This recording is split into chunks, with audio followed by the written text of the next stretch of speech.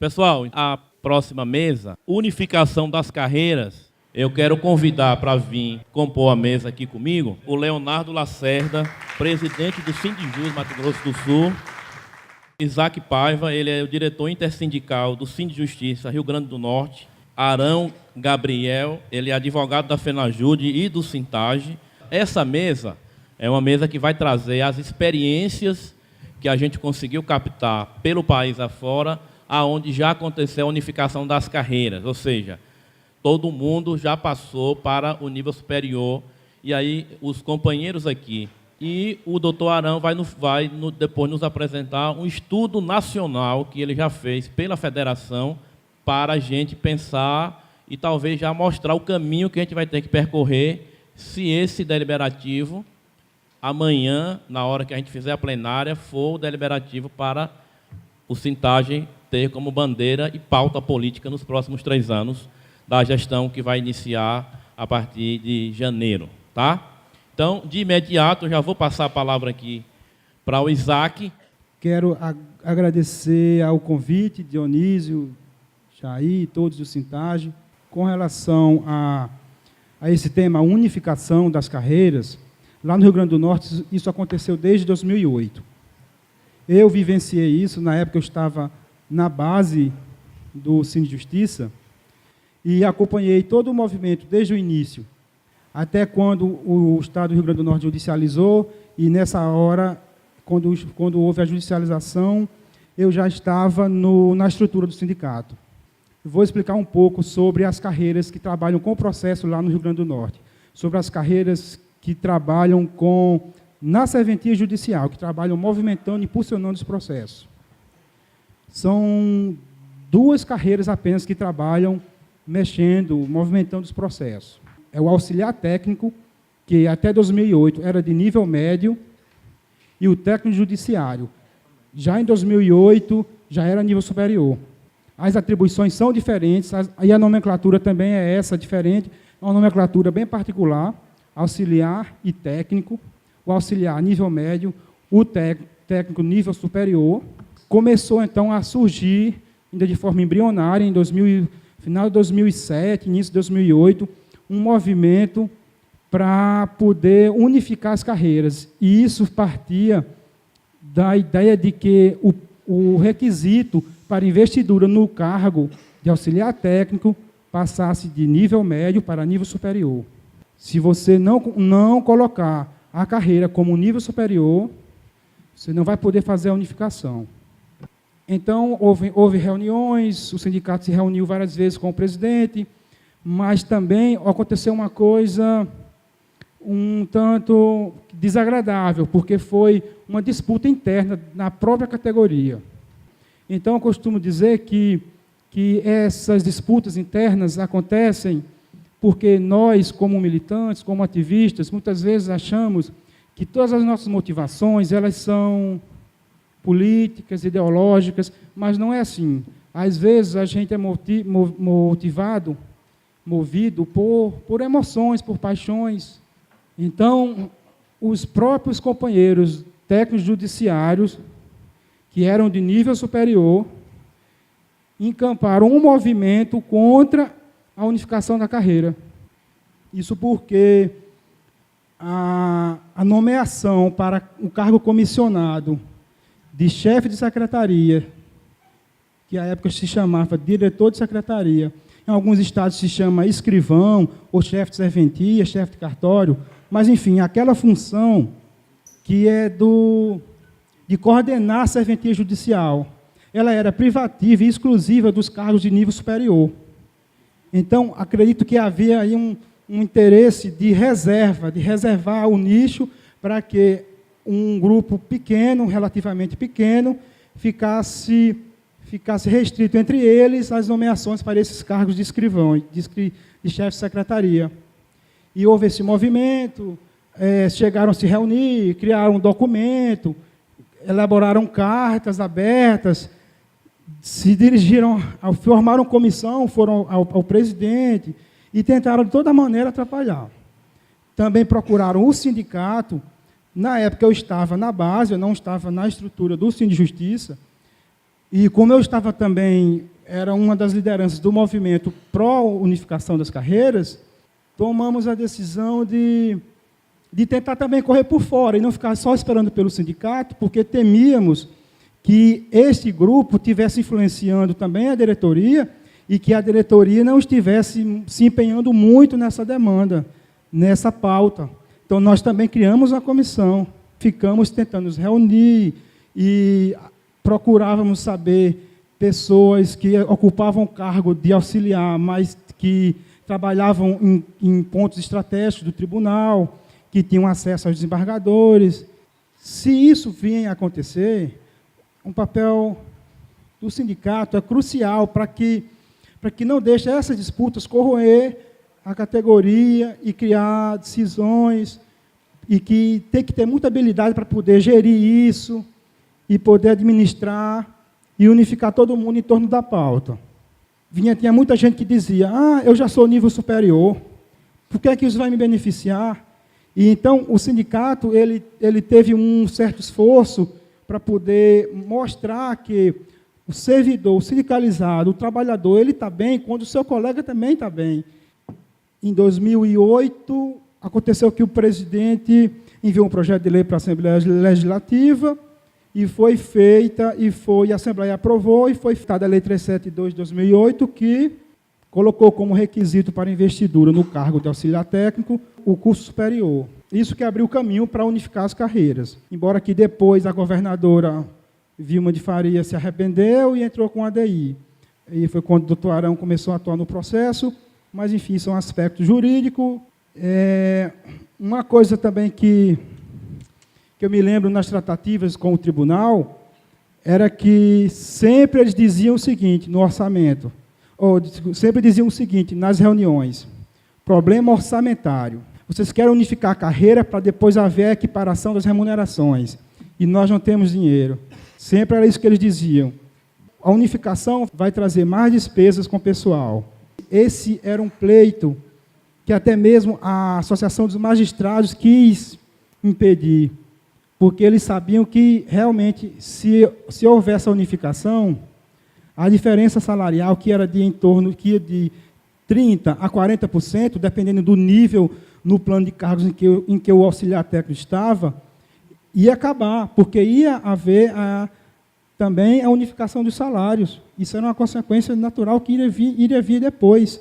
A Associação dos Magistrados do Rio Grande do Norte sabia disso, e o tempo todo ficava falando que se fizesse essa unificação, ia haver a elevação das despesas e não haveria dinheiro para os pleitos dos magistrados. Esse é um dos grandes empecilhos, um dos grandes adversários que essa pauta tem. A própria Associação dos Magistrados. As associações de juízes, porque eles querem que a Folha tenha margem para poder pleitear suas verbas, seus auxílios e etc. Então, isso aí foi um obstáculo muito grande. Nessa época, eu não estava no sindicato, mas nós formamos comissão e éramos recebidos por sobrinhos, por cunhados de desembargadores, que tinham um interesse pessoal nessa unificação. E essa era uma das estratégias que a outra colega lá, a Lília, de uma cidade lá próxima a Natal, que tinha também, que era dela conseguir mapear quem eram essas pessoas e ligar para elas, para poder elas falarem com os desembargadores, com seus parentes. Isso é uma relação um tanto promíscua com o tribunal? Sim, claro. A meu ver, é válido, porque, no final das contas, nós beneficiamos centenas de trabalhadores, houve a unificação, depois houve o enquadramento, o cálculo e o pagamento da remuneração no nível superior, a despeito de ter havido influência e ingerência desses colegas concursados, mas desses colegas que trabalhavam no tribunal, mas que também beneficiou a centenas de outros que não têm nenhum padrinho, não têm nenhum parentesco com o juiz, nem desembargador. E, no mais é isso, agradeço a todos, estamos por aqui. Valeu, Isaac. Já passo imediatamente aí para o Léo. Então, eu vou pegar antes de 2005, então provavelmente era muito parecido em outros tribunais. Eram os mais variados cargos possíveis, eram concursos muito específicos. Então, tinha concurso para porteiro, para motorista, para digitador, na época da máquina de escrever também, né? Então, eram vários cargos específicos. E até 2005 já foi diminuindo um pouco, mas ainda assim tinha o concurso para oficial de justiça, distribuidor, vários ainda cargos específicos, mas um pouco menos do que na década de 90, ali no começo do ano 2000. Então, 2005, que seria um dos principais concursos que teve no tribunal, que era o auge ali de nomeações, que seria a base dos cargos até se começar a unificar. Era composto, como o maior número de cargos, era o escrevente de ensino médio, que atuava nas comarcas de interior, nos cartórios, né? E tinha o escrivão, que isso é uma perda inestimável, que era o escrivão, seria o chefe do cartório. Então, o escrivão era um cargo efetivo, era um cargo concursado. Então, você fazia concurso para ser escrivão e chefiar aquela unidade, aquele cartório. Então, existia ainda o escrivão e tinha o escrevente, então, que era o principal cargo, com o maior número de pessoas. E, no âmbito do segundo grau, né, no Tribunal de Justiça, tinha o técnico judiciário, também de ensino médio, extremamente parecido, para não dizer idêntico, ao escrevente no interior ou nas comarcas, né, no primeiro grau. Tinha uma pequena diferença salarial entre o escrevente e o técnico judiciário. Digamos que, em 2005, em números praticamente exatos, era R$ 1.200 o salário do técnico judiciário de ensino médio no tribunal e uns R$ 1.100 o escrevente na comarca, né, nas comarcas, incluindo a comarca da capital. Então, o escrevente e o técnico judiciário então, formavam a grande 70% ali dos uns 60%, 70% dos servidores do Tribunal de Justiça do Mato Grosso do Sul. Então, só que aí surgiu, né, a nossa grande perda, que foi o escrivão, já concursado, permanece, né, na chefia do cartório, mas criou-se a figura da função de confiança de chefe de cartório. Então, ali a gente já começa, né, ter a influência do tribunal de colocar funções, colocar cargos comissionados e já ir minando muita força de luta, de greve, porque daí você já fica dependente de uma verba a mais, fica nas mãos do magistrado ou do tribunal, né, e já dificulta aquela união. Então, em 2005 era isso e foi indo, e o nosso grande plano de cargos e carreiras, que começou, na verdade, a unificação para analista judiciário, foi em 2009. Então, em 2009 foi feita uma unificação em que o escrevente de ensino médio, o técnico judiciário do Tribunal de Justiça, ensino médio, e o oficial de justiça, que também era ensino médio, e aí teve mais um outro cargo, mas eram 4 ou 5 pessoas, que eram assistente materno-infantil, mas o principal seriam esses 3. Então, principalmente esses 3, foram transformados, mudou a nomenclatura para analista judiciário. Dali para frente, seria exigido ensino superior, teria a área meio e a área fim formada em direito, área meio em qualquer área. O oficial de justiça seria o área fim, serviço externo, e o cartorário, principalmente o que trabalha em cartório, seria o área fim, serviço interno. Então, essa foi a modificação que veio em 2009. E, a partir dali, passaria a se exigir ensino superior nos próximos concursos. Dos servidores que foram transformados, até hoje, não é exigido que se tenha curso superior. Então, na época, eram 600 servidores, que eram de um cargo de ensino médio. Ele se transformou em analista judiciário, só que ele não precisa ter ensino superior. Então, recebe e não tem nenhuma diferenciação entre os que têm ou não têm ensino superior. Só que aí tem mais um outro detalhe negativo, né? Está muito bom, né? Todo mundo é transformado em analista, quase todos os servidores, e não precisa nem fazer ensino médio, nem precisa fazer ensino superior. Só que aí tem um porém, foi uma jogada. Então, não foi aí que aconteceu a unificação de fato. Porque, ao se transformar todos esses cargos, criou-se o analista judiciário e o salário, em 2009, era de R$ 2.400. Antes, era mais ou menos 2.000. Então, ele aumentou o salário de todo mundo que era ensino médio, transformou-se em analista judiciário, passou-se a exigir dali para frente ensino superior, mas o salário aumentou R$ 400. Percentualmente, tirando a inflação da época, seria 15%. Até razoável, mas R$ 400. Então, não mudou o patamar remuneratório da pessoa. E também, outro detalhe, não mudou as atribuições desses servidores. Então, você estava ali na 6ª vara civil da capital, ou na 1ª vara do interior. Você mexia com os processos do cartório. Um dia você era escrevente, ou técnico judiciário. No outro dia, valeu a lei, você virou analista, aumentou R$400 na sua remuneração, mas você continuou mexendo nos mesmos processos, no mesmo lugar. Então, não houve uma mudança de atribuição. Houve só a mudança na nomenclatura, uma sensível mudança remuneratória e a exigência de escolaridade dali para frente. E aí tem um detalhe muito importante a ser visto, né, nos outros tribunais, em quem for modificar a sua carreira. É a questão do adicional de qualificação. Então, a partir de 2011, a gente tem o adicional de qualificação para pós-graduação. Então, se eu sou analista judiciário, meu cargo é de ensino superior. Então, eu não ganho um adicional de qualificação pelo ensino superior, né? Eu só posso ganhar pela pós. Então, já tem que se analisar qual que é o impacto disso. Às vezes, existe um adicional pela pessoa ter ensino superior. A partir do momento que o cargo exige isso, você não tem adicional para isso. Você está cumprindo o requisito do seu cargo. Então, isso é bem relevante a ser analisado numa futura mudança de carreira. Quando houve, em 2009, essa mudança do escrevente, técnico judiciário e o oficial de justiça para analista judiciário, já existia um cargo de ensino superior na época, que era o analista judiciário, em 2009. Esse cargo de analista judiciário, ele virou técnico de nível superior, nesse mesmo ano. Então, juntou os cargos de ensino médio, virou analista judiciário. Os cargos de ensino superior viraram técnico de nível superior, com uma remuneração mais ou menos R$1.000 a mais. Então, criou-se 2 cargos de nível superior, o analista transformado e o verdadeiro analista, digamos assim, virou técnico de nível superior.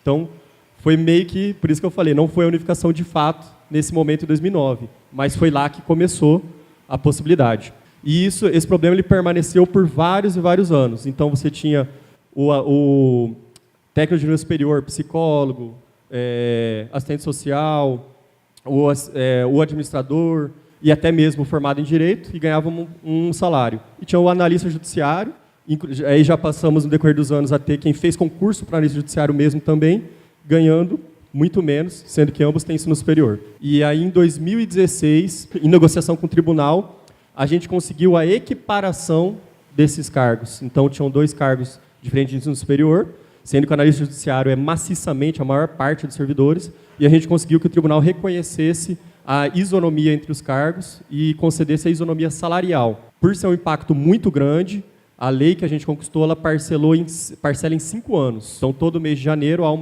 um reajuste salarial só para quem é analista, a fim de chegar ao técnico de nível superior e igualar os cargos de ensino superior. Aí sim a gente conquistou a unificação, aí sim passou-se a se ganhar um salário mais condizente com o nível superior. Em 2016, então, com essa lei, então foi isonomia salarial. Esse termo também é muito importante, porque a gente vai, às vezes, bater na barreira da Constituição Federal, transposição de cargos, mas a isonomia salarial, a equiparação salarial, ela já desvia disso aí. E o mais importante, muitas vezes, na carreira, seria o acréscimo salarial, né? Então, às vezes é possível. E a gente tem, naquela época, em 2005, também o operador judiciário. Então, foi feito em 2005, que foi o grande concurso, o concurso para escrevente de ensino médio. Criou-se também o cargo de operador judiciário, de ensino médio, e o valor do salário 800. O que era isso? Por que o tribunal fez isso? E isso é explícito. Ele quis, ao invés de diminuir o salário dos servidores, que é proibido, ele quis criar um outro cargo de ensino médio que pagasse menos para fazer exatamente a mesma coisa do escrevente do técnico judiciário. Ainda fizeram muito mal feito. Por quê? Colocaram as mesmas atribuições no edital do concurso, as mesmas matérias, o mesmo requisito, e pasmem, foi exatamente a mesma prova. Então, se você escolheu o escrevente, você fez a mesma prova que escolheu o operador. Aí era nomeado operador, ele ganhava muito menos que o escrevente. Esse caso do operador, chegaram a nomear 200 pessoas, e no próprio edital ele falava, na medida em que um escrevente se aposentar ou vagar, vai ser nomeado um operador. Então, ele misturou totalmente os cargos, tentou fazer isso, só que também foi corrigido. Então, via CNJ, um pedido elaborado pelos próprios servidores, numa outra época da gestão do sindicato, teve uma decisão daquela época que o CNJ ele era mais efetivo, ele tomava atitudes mais concretas. Na época, o conselheiro Bruno Dantas, ele determinou que se transformasse os ex-operadores em analista judiciário. sendo que eles ficaram ali naquele limbo de ensino médio, nessa transformação de 2009. O tribunal foi forçado a mandar um projeto de lei e transformar os ex-operadores, 200 pessoas, também em analista judiciário. E nessa época o pessoal era engajado, era numa outra gestão do sindicato, e eles mesmos se organizaram sem o sindicato, mas aí a partir do momento que se transformaram em analista judiciário, aí já aumentou ainda mais essa classe. Mais ou menos isso, teria muito mais detalhes sobre a carreira, mas só para situar. E agora vamos para alguns pontos muito importantes da questão da unificação do ponto de vista do sindicato, da categoria. Primeiro ponto, a união. Então, o técnico, como até o colega falou do Rio Grande do Norte, tem as pessoas que não querem que unifique. Nesse caso, quem que não queria, não é a favor, não gostaria da unificação? Quem era o técnico de nível superior, o próprio analista, no caso. Por quê? Se vai aplicar um reajuste para outra categoria, essa categoria vai ganhar um reajuste a mais, porque está equiparando a ele. Então, vai nivelar a ele. Então, ele sai perdendo. Se der 20% a mais para essa categoria e 5% para todo mundo, ele perdeu esses 20%. Foi só para determinados colegas. Então, aí vem a questão da união. Todo mundo está ciente de que, tudo bem, num primeiro momento, o meu cargo que está acima, ele não vai ser prestigiado, mas eu vou ter vários companheiros no mesmo cargo depois que for equiparado. O primeiro ponto, os oficiais de justiça passaram a ser analista. Aí o analista agora é equiparado ao técnico superior. Então começou a se aumentar a união da categoria, a identidade da categoria. Então a gente passa a ter o ex-operador, 200 pessoas que viraram analistas. Oficial de justiça, analista, apesar de ter alguns pontos negativos nisso. O técnico de nível superior ficou chateado com a equiparação, mas no ano que vem é a última parcela. Então, a gente vai ter mais 300 pessoas que vão ser a mesma coisa, analista, técnico superior, ganhando a mesma coisa. Então, a gente vai unificando a categoria. Isso facilita muito na hora da luta. Em 2015, lá no Mato Grosso do Sul, a gente fez uma greve. Qual foi um dos pontos? E a gente chamou a categoria, fez um dia de paralisação e a gente teve que recuar. Quais foram os problemas que a gente encontrou nessa greve? O primeiro deles, formações de comissões paralelas. A categoria deliberou expressamente que o sindicato estava cumprindo deliberações e entrou em greve. Aí criou-se a comissão dos chefes de cartório, porque eles queriam ser incorporados. A do desvio de função, porque o cargo deles tinha um outro pedido. A dos oficiais de justiça, queriam uma demanda do oficial de justiça. Até mesmo a do aposentado, mas nesse caso foi unido com o sindicato para pleitear uma verba do aposentado. Então, cada um vê o seu, porque cada carreira tem sua demanda específica. E quanto mais a gente unificar essa carreira, menos riscos tem de desunião na hora da luta. E, no nosso caso, essas formações de comissões paralelas. Aí, entrando na parte uma outra parte também importante. A unificação da carreira. Como diz carreira, a gente sempre fala do plano de cargos e carreira, né? Seria por meio de um plano de cargos e carreira, ou talvez um projeto de lei pontual, né, que mexesse nas carreiras. Quando que ele pode se tornar também um bom momento para se aplicar? Quando até tem uma verba, o judiciário tem uma verba para dar uma melhoria para os servidores, mas por um acordo entre os poderes, se o judiciário der um aumento, como que fica o executivo? Como que fica o legislativo? Se o judiciário tem dinheiro para dar um reajuste, mas os outros poderes não. Costuma existir esse conflito. O plano de cargos e carreira, então, por exemplo, se dá 10% de reajuste aqui, e o executivo não tem dinheiro. Então, o executivo aí, ele já usa das artimanhas, do seu poder, às vezes no legislativo, para impedir um aumento, uma lei de aumento, ou ele não manda o dinheiro do 10º suficiente. Então, sempre tem esse acordo entre os poderes. O plano de cargos e carreira, ele entra muito bem nessa parte, porque ele oculta um reajuste salarial, né? Então, é uma oportunidade de se ter um reajuste salarial, mudar o patamar salarial, sem chamar atenção como se fosse uma database. Então, você pode ter um acréscimo de 20%, 30% do seu salário, sem chamar a atenção dos outros poderes, porque foi embutido na carreira, foi uma modificação na carreira e não a database, não o reajuste linear. Outro ponto importante é um discurso bom, até mesmo para esse tipo de governo que vem agora. Por quê? Você está buscando um servidor mais qualificado, aumentar, né, o grau de escolaridade, então um discurso que a sociedade não vai encarar tão negativamente, e às vezes o tribunal pode ser também que entenda positivamente, você, no discurso utilizar, que vai melhorar a qualificação, melhorar a qualidade do serviço. Então, talvez, é um discurso bom de se encaixar numa negociação. Sobre aquela resolução 219, a gente tem também para trazer a experiência do Mato Grosso do Sul. Agora, recentemente, teve alguns pedidos individuais de assessores de juiz querendo ganhar como assessor desembargador, que é uma diferença muito grande lá. E aí lá o tribunal negou e ele falou que cargo comissionado não é carreira, não precisa estar ter isonomia, é só por cargo efetivo. E no caso do cargo efetivo lá, já existe essa isonomia. Também é um julgado que está ocorrendo também em vários estados essa questão do assessor de segundo grau e de primeiro grau e a diferenciação. Por enquanto, tem esse entendimento. Também temos como unificação de carreira a primeira coisa que vem na mente quando a gente pensa também no âmbito de federação, no âmbito de união nacional, a famosa PEC 190, que depois foi para o Senado, se eu não me engano é 55. Ela já é uma luta antiga, né? Antigamente, a PEC 190, o sonho dela seria unificar as carreiras com a federal e a isonomia salarial com a Justiça Federal, né? Que na época era, no nosso caso, era uma diferença maior ainda. Só que aí fez-se uma emenda na emenda constitucional e tirou a isonomia salarial, um parágrafozinho que falava que junto com a unificação da carreira viria a unificação salarial. Então foi retirado a isonomia salarial. Mesmo assim, não se passou essa PEC na Câmara. Aí teve que colocar um parágrafo de que proibia a isonomia salarial, estava vedado. Então iria ter uma isonomia de carreira, mas vedada a salarial, fazendo remissão ao artigo. Aí passou na Câmara Federal e está no Senado.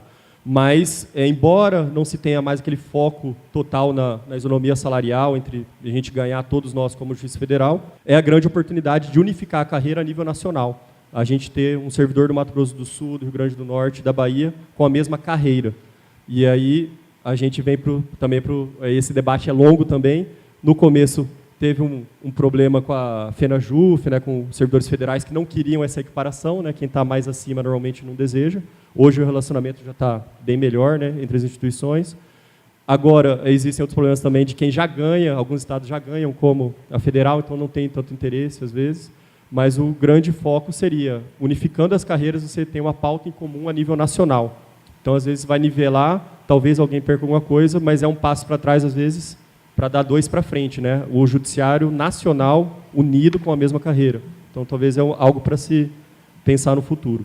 Quando você é um cargo só, fica muito mais fácil fazer demandas, é muito mais unido, né? E quanto mais cargo a gente tiver no judiciário, mais chances a gente tem de desunião, de um querer o seu e outro querer o do outro. Então, a gente vê como lado bom essa tendência de união, é uma tendência de a gente ter mais facilidade na luta, numa futura greve, se for o caso, para a gente se enxergar como categoria, né, tendo mais isonomia. É basicamente isso, teríamos vários detalhes ali do Mato Grosso do Sul, mas eu acho que deu para fazer uma apanhada. Já passo imediatamente para o doutor Arão. No início que eu comecei, desde o momento do processo lá do Rio Grande do Norte, a gente sempre teve problema com relação à questão das pessoas em si. Aí a primeira exigência que nós deparamos na entidade sindical naquela época foi com relação à questão da aplicação do curso superior. Aqui, como no caso do Mato Grosso do Sul, aqui na Bahia, a situação de vocês também é um pouco parecida, porque existem vários cargos. Aí, lá no Rio Grande do Norte, a primeira coisa que nós fizemos foi um trabalho junto com a Assembleia Legislativa do Estado, conseguimos uma edição a 372, que falava o seguinte: nós vamos fazer a reestruturação dos auxiliares e dos técnicos, mas nós estamos exigindo também o nível superior de vocês. Tivemos a Assembleia, deliberamos. Aí os servidores foram, quase 100% hoje são nível superior. Aí conseguimos tentar começar a falar da equiparação. Mas quando a gente se fala equiparação, é aquilo que o Leonardo falou. Quem era analista, que tinha um salário razoável, falou, mas vão parar com a gente e aí não vai sobrar dinheiro para a gente, e aí como é que a gente vai fazer?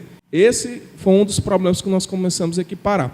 Aí fizemos todo um trabalho de equiparação salarial, fomos às assembleias, passamos, muitos auxiliares eram ligados a magistrados e o tribunal, de fato, se empenhou, à época, em fazer o projeto de lei e mandar para a LERJ. Quando a gente conseguiu a isonomia salarial, aí sim que a gente pode se tornar em carreira única. Porque o que acontece? Nós conseguimos fazer a alteração da lei de planos de cargos e salários, onde que se denominou, na época, não como carreiras. O artigo lá, salvo me engano, o artigo 3º da lei de planos de cargos e salários, falava o seguinte: as carreiras do judiciário são analista, auxiliar técnico, e lá ainda existe a figura do oficial de justiça, que está para acabar lá, que agora vai ficar o analista cumpridor de mandado. Aí, como é que era colocado? Eram essas carreiras. Quando nós fizemos a alteração do plano de cargos, através da lei, nós colocamos a carreira do judiciário como única, e a divisão de tarefas como auxiliares, técnicos, analistas e oficiais de justiça, de acordo com o 39º parágrafo 1º da Constituição Federal, onde que a Constituição Federal fala o seguinte, da divisão de poderes, e retrata como carreira única, inclusive os servidores do Poder Judiciário, Legislativo e Executivo. Essas nomenclaturas, posteriormente, que foram criadas, não eram para você fazer uma carreira em si, mas eram para fazer a divisão do trabalho e a especialidade de cada um. Era todo o plano diretor da lei, e aí isso foi se espalhado pelos estados. Aí, a partir do momento que a gente faz a quebra dessas nomenclaturas, inclui todo mundo, nós conseguimos fazer a isonomia, que é o que nós vamos ter que fazer aqui. Mas a isonomia aqui, eu estou colocando o caso que está acontecendo lá. Aí teve a questão da ADIM, lá no estado, a 4303, de relatoria da ministra Carmen Lúcia. A ministra Carmen Lúcia me surpreendeu, porque ela não é muito pró-servidor, como vocês bem sabem, né? E ela falou o seguinte, por conta da 372, ela prescreveu o seguinte, poxa, a partir do momento que o Estado celebra e requer a maior qualificação dos servidores, isso é benéfico para a sociedade. Nós conseguimos tirar os trabalhadores das áreas de atividade meio para atividade fim, fazendo trabalhos que vocês são pagos para fazer, especialização técnica e por casos afim. Acabou a figura do digitador, acabou a figura do porteiro, acabou a figura. Agora vocês são servidores com maior especialidade técnica. Aí eu comecei a trazer alguns conceitos aqui com relação à diferenciação da carreira e das atribuições. A Constituição Federal, no ponto sobre análise severa, que no artigo 39, a União, os Estados e o Distrito Federal, os municípios instituirão Conselho de Política de Administração e Remuneração de Pessoal, integrado por servidores designados pelos respectivos poderes, a fixação de padrões de vencimento, os dos demais componentes do sistema remuneratório. Para a gente fazer a unificação, eu vejo dois problemas. Um, dos servidores, porque nós temos associações que tem pessoas que têm um alto nível de salário, muito maior do que a média, que com certeza vai lutar contra essa unificação, porque são servidores que já ganham o teto do salário, ganham até mais do que magistrados. Mas, mesmo assim, nós vamos ter que emplacar, porque a unificação é necessária, a partir do momento que a gente tem que também mudar o regime jurídico único. Porque no próprio regime jurídico único de vocês, no 212, fala sobre essa questão dessas carreiras. Faz a subdivisão de vocês. E a de subdivisão não deveria estar em si na carreira, mas sim na atividade de escrivão, atividade de técnico e atividade de analista. Então, vocês estão compreendendo. O primeiro passo que nós temos que dar aqui no estado da Bahia é fazer a exigência de nível superior. A partir do momento, nós vamos ter que fazer a alteração da lei do regime jurídico único e da lei do plano de cargos. Tensionar, aí sim, a isonomia. E essa isonomia aqui, por conta do limite prudencial, por conta das questões de aposentadoria, que eu vejo que é o maior problema. Por quê? Porque não tem orçamento. Nós conseguimos, eu falo que é a questão do sindicato, que eu acho que o Sintage foi o sindicato da vanguarda, nós conseguimos acabar de conquistar a VPI. Conseguimos alcançar e deu um reajuste quase de 116. Como é que a gente vai conseguir levar essa discussão na categoria de servidores, em média salarial de R$ 5.600, para a isonomia salarial para servidores que ganham quase o teto constitucional? Então, a discussão aqui se passa pelo orçamento do Estado, no Conselho, e por aí vai. E, além disso, isso para fins de aposentadoria também, nós temos que ver como é que vai ficar, porque pode fazer alteração também com relação à questão da contribuição de vocês e faz com que vocês tenham que trabalhar mais para poder se aposentar integralmente. Em síntese, com o poder que a categoria tem através do sindicato, acho que a gente consegue fazer as alterações legais. Vai tem que ter uma luta insistentemente com o tribunal, mas o maior problema de vocês se chama isonomia. Porque a isonomia não tem que, na minha visão, como assessor jurídico e advogado, que a palestra anterior fez esses negócios, a equiparação tem que ser para cima, não para baixo. Por exemplo, no caso lá do Mato Grosso do Sul, a isonomia salarial é o pior problema que vocês estão tendo agora, né?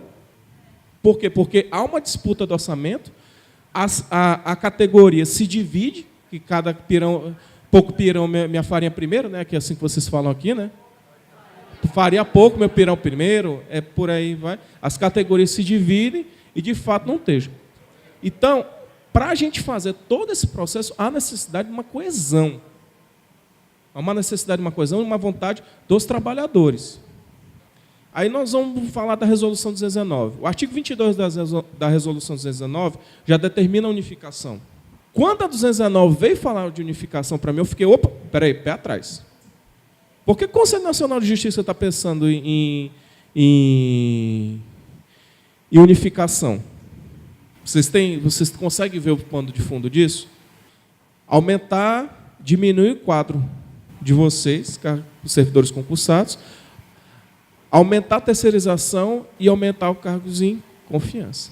É essa a unificação que eles têm, colocando vocês em uma espécie de atividade não profissional, uma atividade de meio, nem atividade de fim, nem atividade de meio, uma atividade congelada, ou como você estivesse no limbo, nem na atividade de fim, nem na atividade de meio. É no meio termo desses dois. Então, a Resolução 19 veio para isso. E o tribunal, não sei se vocês já estão percebendo, ele já está fazendo, eles já vão criar cargos em comissão, a lei do aumento da alíquota de previdência, você já prevê a criação de vários cargos em comissão. E é isso que nós temos que combater.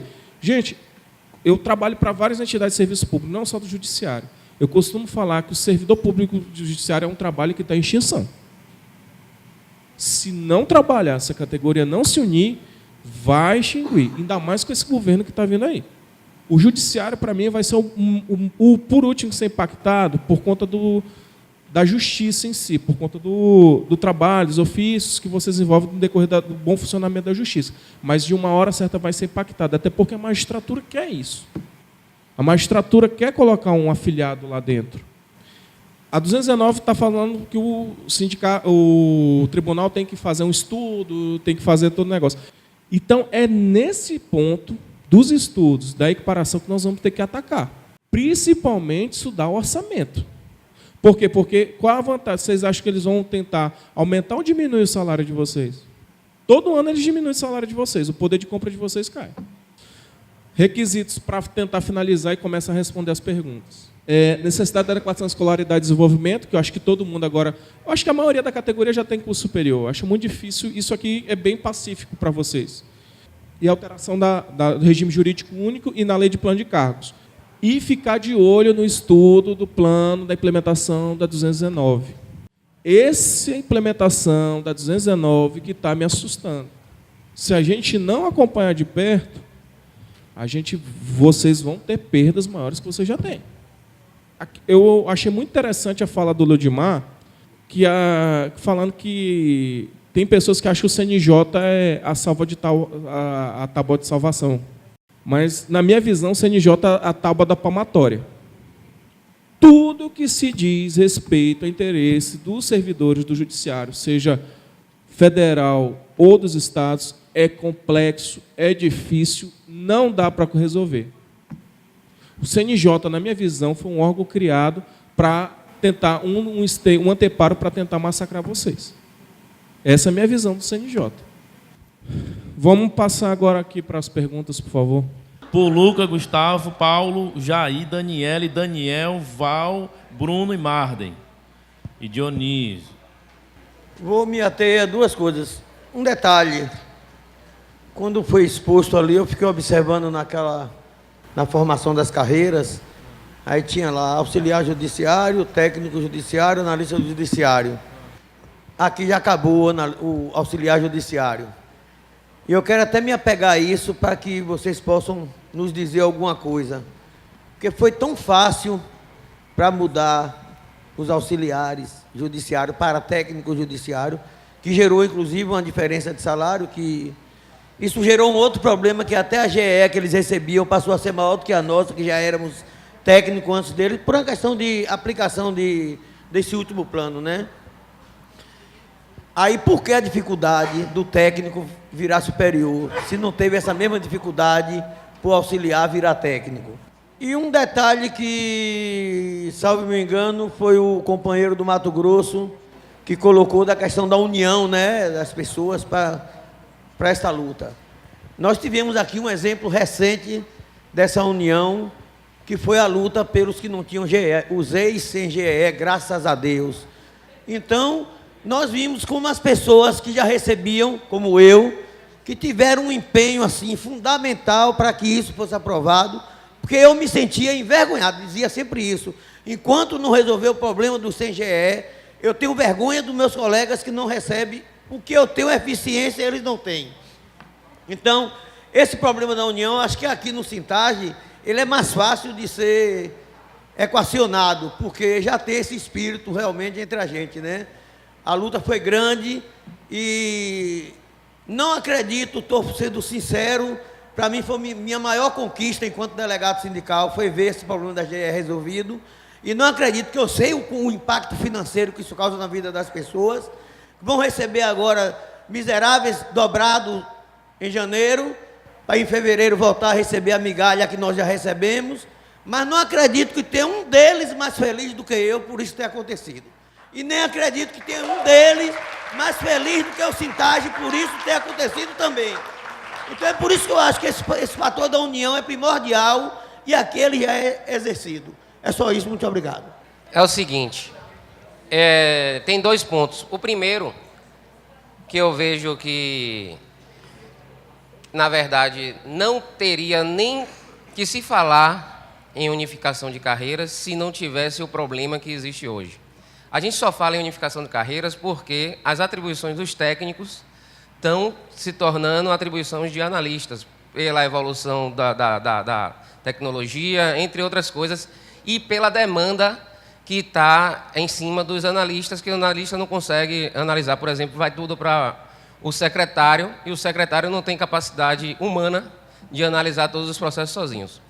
Então, só tem fundamentação a unificação por causa dessa questão, porque a gente está fazendo um trabalho de analista. Se tivesse nosso trabalho separado lá de técnico, porque eu sou técnico, e tivesse o trabalho do analista lá fazendo o trabalho deles, eu nem pensava em lutar pela unificação das carreiras e tudo mais. Eu só luto por causa da injustiça. E a outra parte, Aaron, o Aaron estava falando sobre a questão dos salários aqui na Bahia.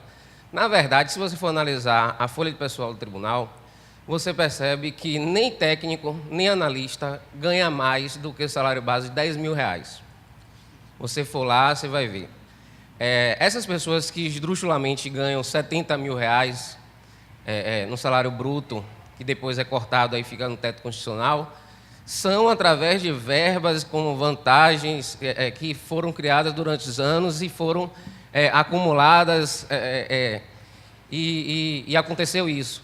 Mas, quando a gente fala em unificação das carreiras, a gente não está pensando em mexer nessa parte das vantagens que, na verdade, nem existem mais há algum tempo. Não tem nem como as pessoas chegarem a ganhar esses 50, 70 mil que alguns colegas hoje ganham no Tribunal de Justiça.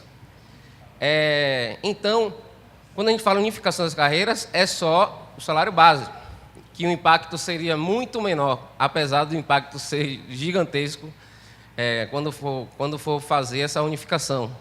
E teria que fazer, como o Léo falou, dividido em vários anos e conseguiria tranquilamente, em uma época que a economia estivesse dando um resultado positivo. Então é isso. Aí, para Arão falar sobre essa questão da unificação que a gente não está falando em receber 70 mil, 50 mil, é a questão da unificação dos salários básicos. E Léo falar sobre essa questão que os analistas trabalhando, ou os técnicos trabalhando como analistas. Um pouco afastado do tema, mas que eu acho que ainda faz parte. Uma curiosidade, eu tenho vontade de saber como é a questão das progressões. Aqui na Bahia a gente tem a progressão por merecimento, que normalmente o chefe lhe avalia, e eu gostaria de saber como é a experiência das progressões por merecimento lá, quem avalia quem, se já existe, como é feito nessa carreira unificada. Foi bom ter levantado a mão, pelo que me parece, de todo mundo que levantou a mão aqui, o único concursado analista sou eu, né? E só um complemento ao que o Luca falou, né? Nós não tivemos aqui somente a elevação do pessoal de primeiro grau para técnico. Tivemos também os oficiais de justiça, que foi uma conquista do Simpojude, né? Tem que fazer justiça. E hoje nós temos oficiais de justiça, viu, Isaac, que não tem nível superior, mas estão enquadrados como trabalhador de nível superior do Tribunal de Justiça, né?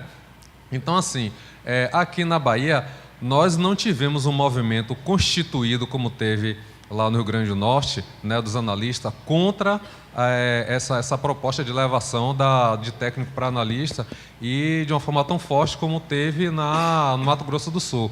Nós aqui tivemos pessoas que demonstraram sentimentos contrários, né?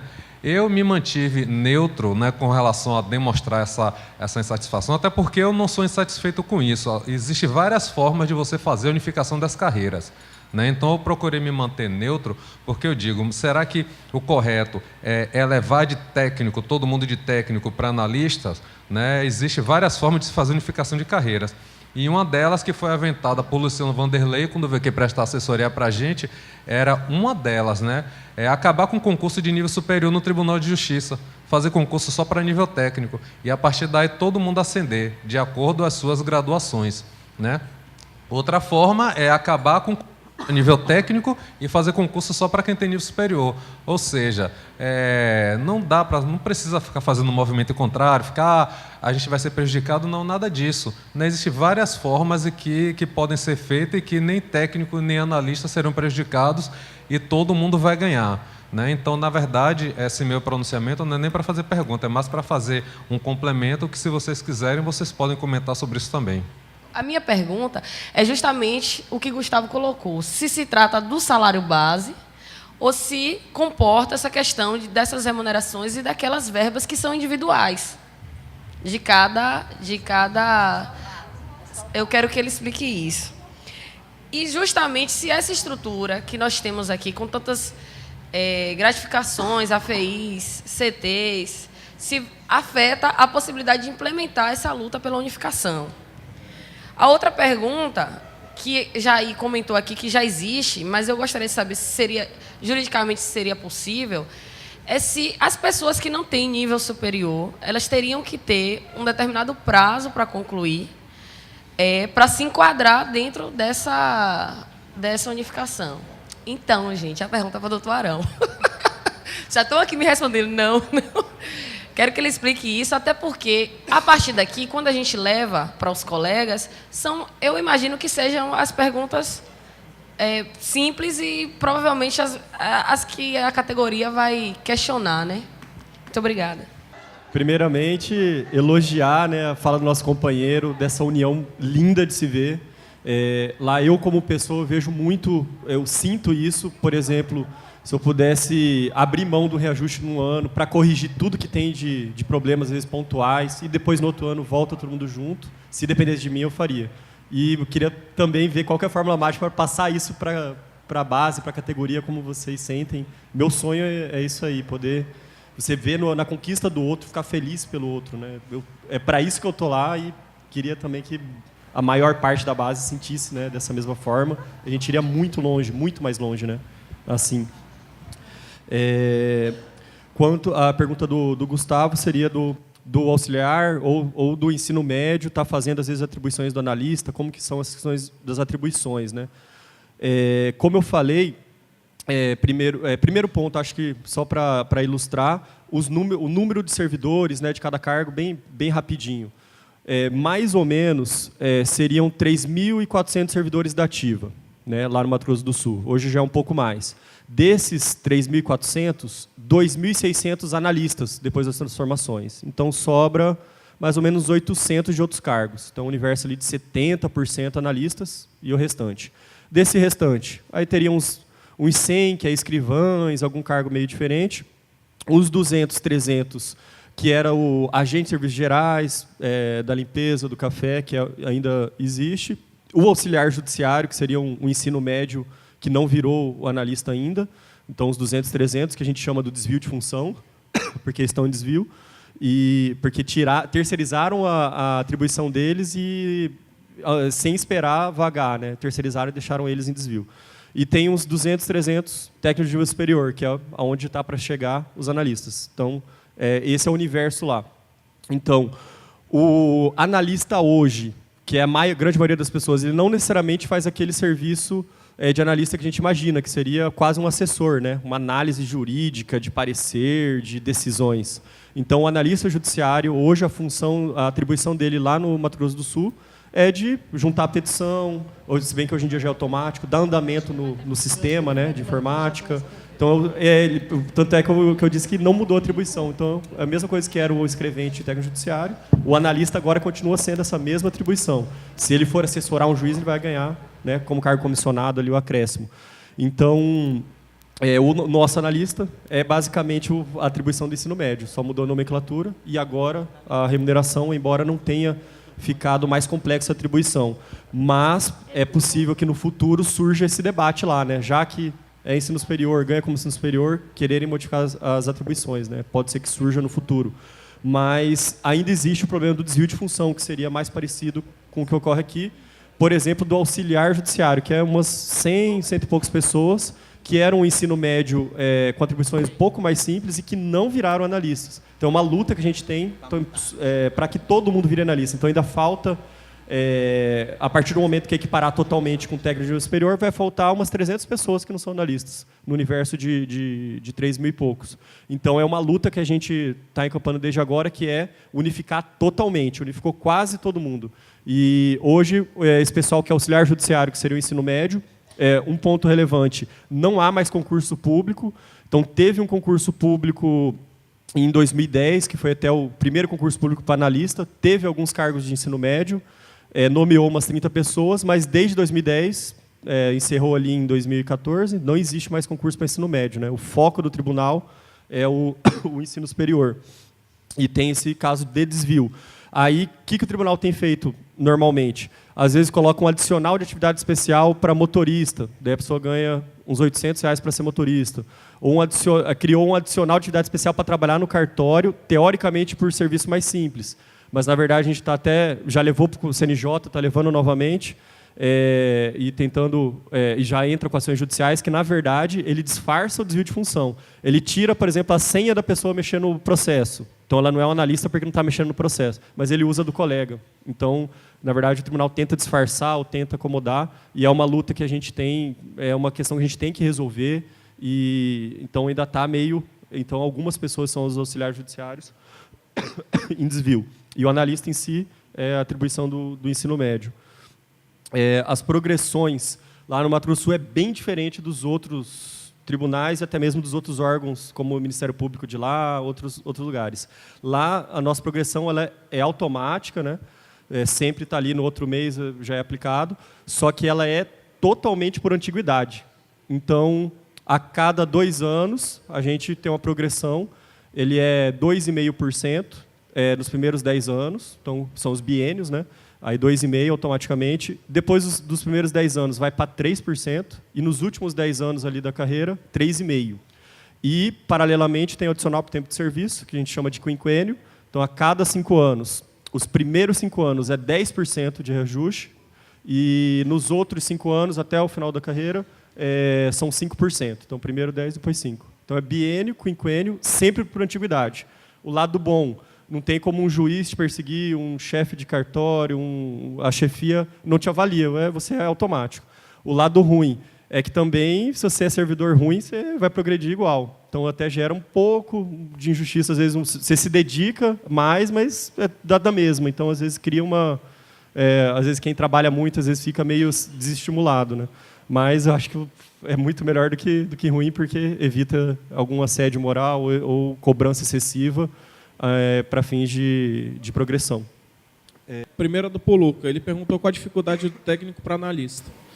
A única dificuldade que tem é a mesma, a única só dificuldade para a gente fazer a unificação, se chama orçamento. O impacto orçamentário do técnico para analista fazer isonomia é muito maior. Muito maior, e há uma discussão.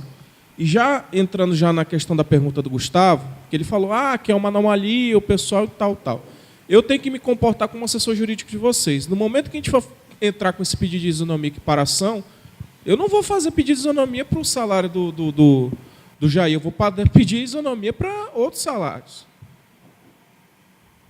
Entendeu? Esse qual é o meu problema. essa situação desse pessoal, o tribunal vai ter que dar um jeito de resolver. A isonomia tem que existir. Gustavo, é inadmissível você, como técnico judiciário, estar fazendo trabalho de analista e ganhando como técnico judiciário. Isso é inadmissível. E todo mundo aqui que é técnico, com certeza faz trabalho de analista. E isso não é desvio de função. É pior do que desvio de função. Isso é acúmulo de função. Entendeu? Então, assim, essa questão do paradigma para fazer isonomia, que eu acho que vai ser a grande dificuldade que nós vamos ter, tirando a questão orçamentária. As gratificações, Daniela, só para tentar bem certo. Na minha opinião, as gratificações de CITES, depois da isonomia salarial, que nós vamos conseguir com a luta do negócio, vamos conseguir fazer a isonomia, fazer a equação para ter um salário razoável. A única diferenciação, na minha visão, que tem que ter do servidor judiciário é para a questão de tempo de carreira, que aí não tem como você fazer equiparação. Mas tudo bem. Aí as gratificações seriam para serviços mais específicos, como assessor de magistrado, diretor de secretaria, e por aí vai. E elas não entrariam também na isonomia. Isso aí seriam funções de livre nomeação do próprio diretoria, e por aí vai. E prazo para enquadramento. Lá no caso do Rio Grande do Norte, o Isaac pode me corrigir, mas eles deram 4 anos, né? Na própria lei, já saía já falando o seguinte, na 372. Requer que seja dado um prazo de período de 4 anos para os servidores que são atingidos por determinada norma se adequar. Aí você faz o pedido junto ao tribunal e faz o requerimento. Essa questão de haver 2 sindicatos aqui na Bahia atrapalharia ou não esse processo de unificação das carreiras? Claro que atrapalha. Só dessa questão de você ter 2 sindicatos, para a VPI, alguns de vocês, salvo me engano, estavam no dia da aula. Era um saco. Por quê? Porque o Dionísio, a Adriana, junto com o Jair, sentavam com o deputado, pegava e já fazia uma negociação. Aí vinha o pessoal se impor junto, pegava, atravessava e outro. O Rudney vai viver muito isso agora, daqui para frente. Vai viver, por quê? Porque é um saco. Você não consegue, e às vezes os 2 sindicatos se atrapalham. E pior de tudo, que na hora que você vai para a mídia divulgar qualquer vitória, não é uma vitória da categoria, é uma vitória do sindicato. A saída, para mim, pelo que você explicou, é a edição de um plano de cargos e salários para fazer a unificação. Só que aí eu pensei o seguinte, a PEC do teto dos gastos não está proibindo a edição de novos planos de cargos e salários, então teria uma outra forma, porque a PEC limita, né? Acho que no texto da PEC do teto, ela proíbe a edição de novos planos de cargos e salários para servidor público. E aí, se teria uma outra forma, ou se ela não limita? Pelo que eu vi, pela fala dos colegas, o que nos diferencia é o Estado, né? Porque os problemas são mesmo em todo o judiciário. Então, a unificação é mais do que necessária e já está muito atrasada.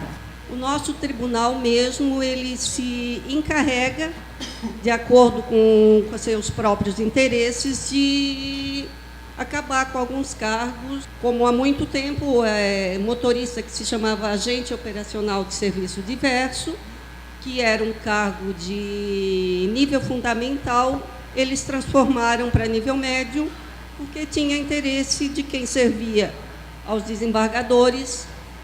Então, era melhor que fizessem vontade de meia dúzia, era um número bem pequeno. E, alguns anos atrás, eles deram a esses agentes operacionais de serviços diversos, como já estavam no nível médio, a opção de pularem para a carreira de técnico judiciário auxiliar.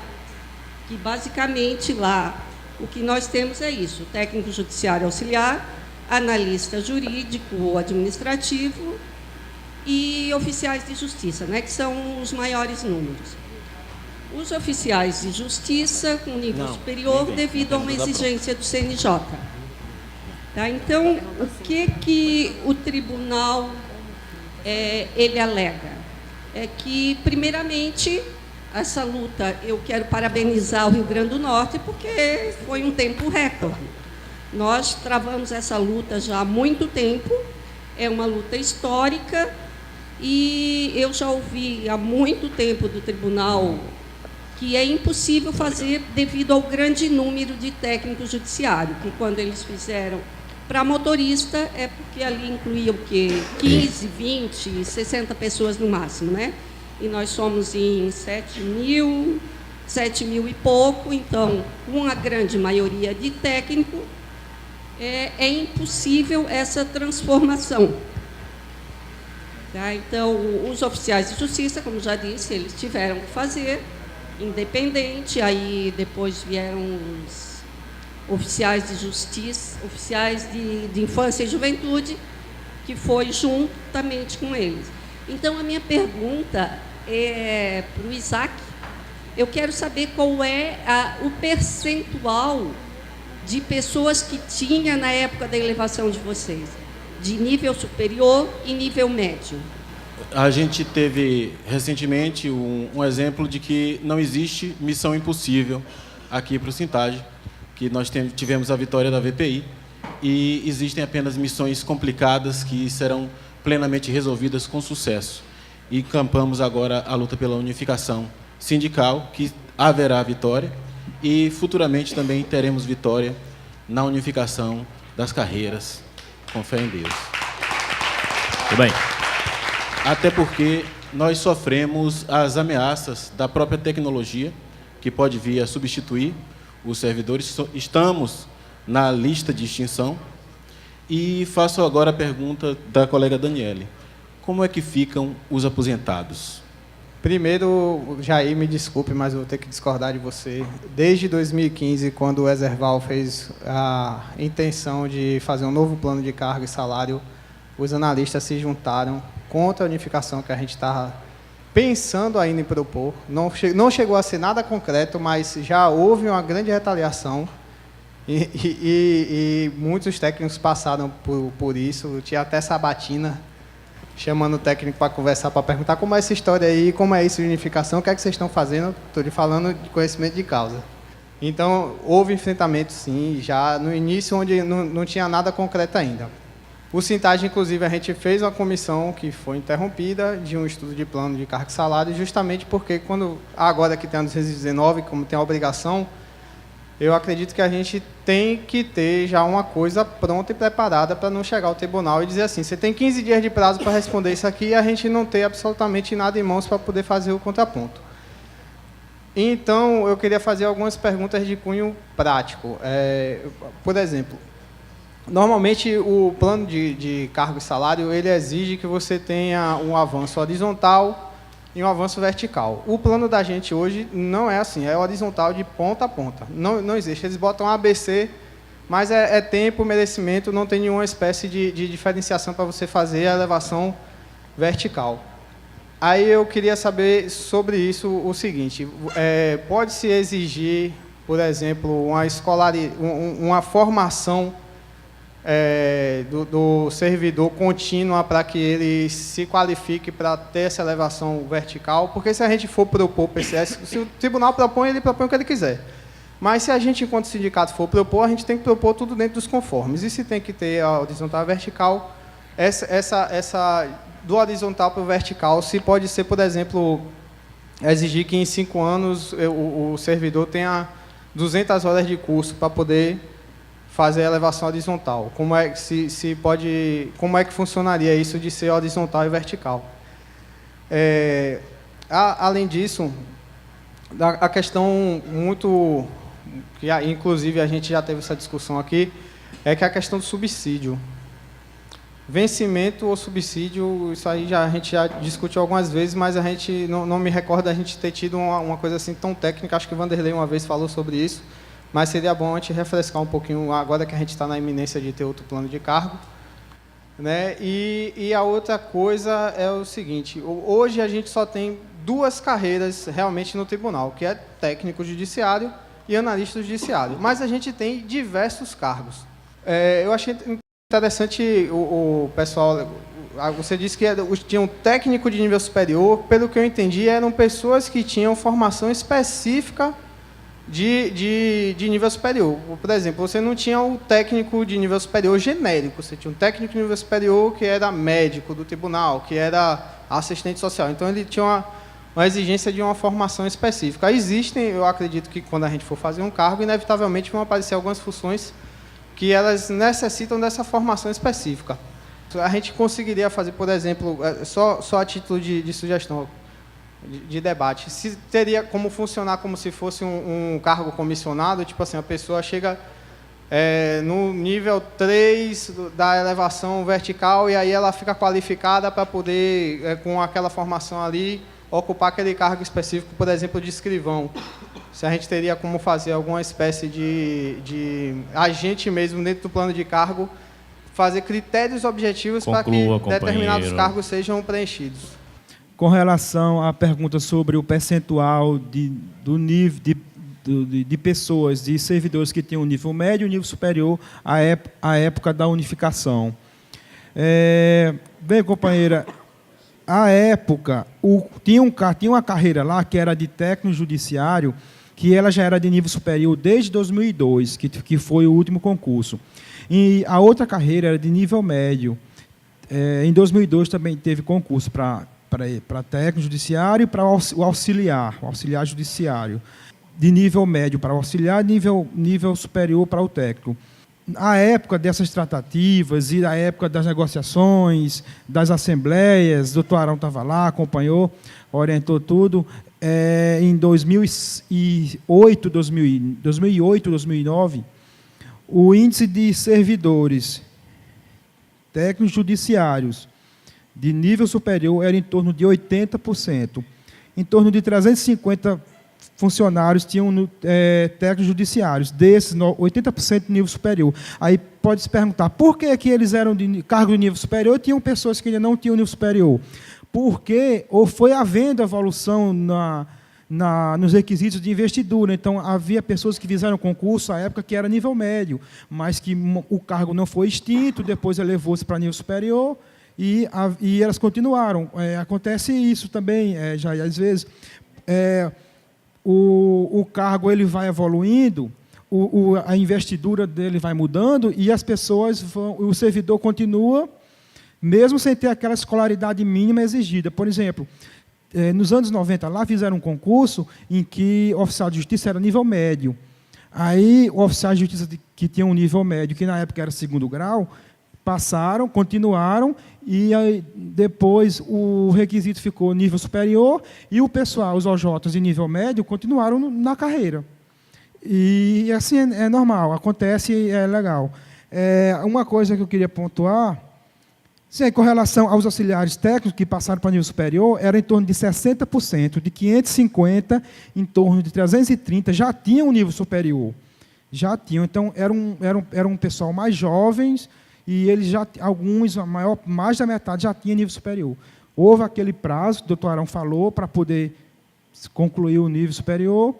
Mas uma coisa que eu queria pontuar, e o doutor Arão pode até falar sobre isso, é sobre o cuidado que se tomou lá de não mudar as atribuições do cargo, porque depois eles podem alegar que há uma nova investidura, que há um novo provimento no cargo, em um novo cargo, sem concurso público.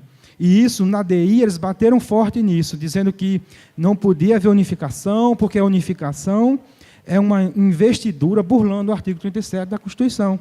É uma nova investidura. Por isso que o doutor Arão pode até falar sobre isso. Não mudou as atribuições dos cargos, embora que, na prática, elas se confundem.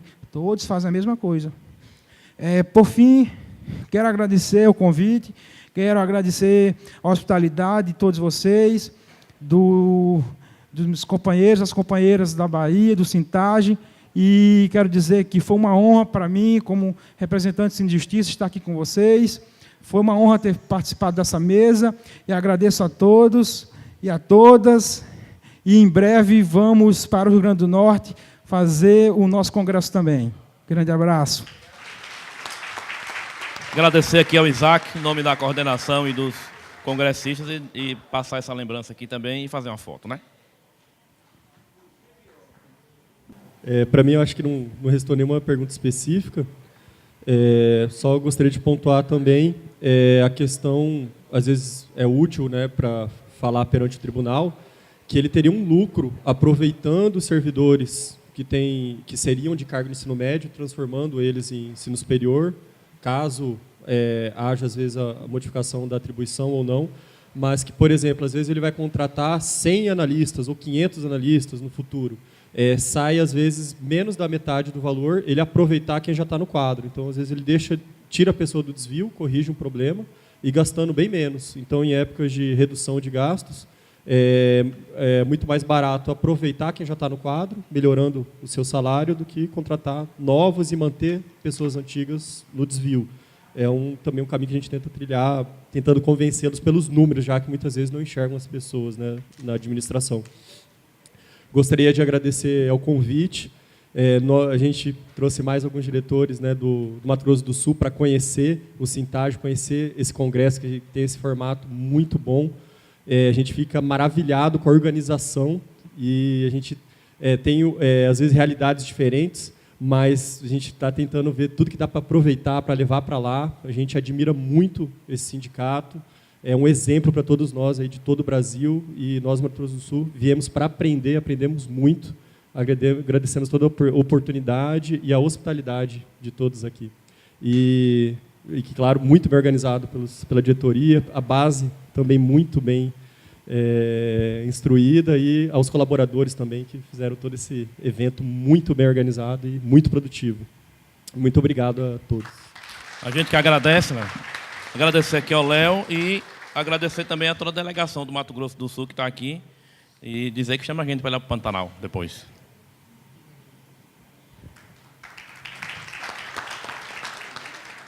Daniel, você está falando da PEC 95, né? Com relação à questão da reestruturação, né? Que não pode fazer um novo plano de cargos por conta da questão do congelamento dos gastos públicos. Mas eu só quero lembrar, no nosso caso é diferente porque não se trata de uma nova formação, mas de reestruturação, inclusive determinado pelo Conselho Nacional de Justiça. E ela está em pleno avanço com relação a essa questão. Salvo me engano, semana passada vocês estavam acabando com as comarcas de transsocial. Isso também já é um reflexo da 219. Ou o que eu estou querendo dizer? Ou a gente vai tentar fazer o combativo na questão dos estudos para implementação, ou então o tribunal vai achatar mais o salário de vocês. Com relação à situação dos aposentados, é muito complexo a gente falar de aposentadoria. Por quê? Porque a unificação justamente é para evitar essas dissonâncias da aposentadoria que nós temos servidores. O problema é o seguinte: se a gente fizer equiparação, a partir do momento que a gente faz a equiparação servidores na ativa, vocês começam a fazer o aumento da contribuição para fins de aposentadoria, e isso, dependendo da margem de salário de vocês, isso vai impactar também no tempo de serviço, para vocês consigam fazer a integralidade. 2005, tem que ver quem entrou depois de 2005, para ver como é que vai funcionar a situação. Infelizmente, eu não vejo, juridicamente falando, a possibilidade de haver essa equiparação para os aposentados. Por quê? Porque não há contribuição.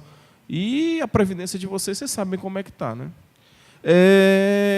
Exigir formação. O Marden perguntou se pode exigir formação para fazer o negócio. Na verdade, Marden, não é uma exigência, é uma condicionante. A lei fala o seguinte: olha, para você fazer equiparação, você precisa desse requisito. Entendeu? Isso não existe. Digamos assim. Inclusive, eu estou achando estranho, até hoje, a Procuradoria do Estado não ter feito nada com relação a isso. Exatamente. Eu acho difícil com relação a essa questão da paridade. Por quê? Porque os fundos de previdência, os institutos de previdência dos estados estão quebrados. E como é que você vai conseguir fazer a equiparação salarial e a paridade, sendo que a pessoa não contribuiu? É prevista, mas eu acho difícil. Eu estou falando com relação do ponto de vista prático. Eu tô como parceiro do sindicato, o escritório está como parceiro do sindicato já há quase um ano. E quero deixar bem claro que eu tenho orgulho de trabalhar com a diretoria e com vocês. Eu sei que está na fase de transição, de fechamento de ciclos. Eu queria que aqui todo mundo desse uma salva de palmas para a diretoria do sindicato, para os trabalhadores sindicatos, Juarez, Jair, cadê? O Kaique, Jairo.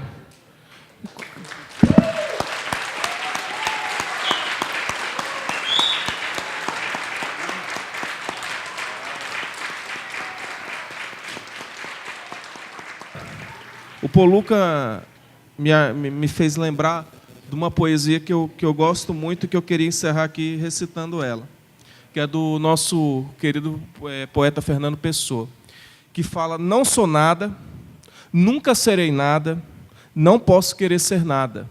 A partir disso, tem em mim todos os sonhos do mundo. Então, com isso que eu despeço de vocês hoje. Agradecer aqui ao nosso companheiro Arão e deixar também essa pequena lembrança e fazer também uma foto aqui com esse cabra.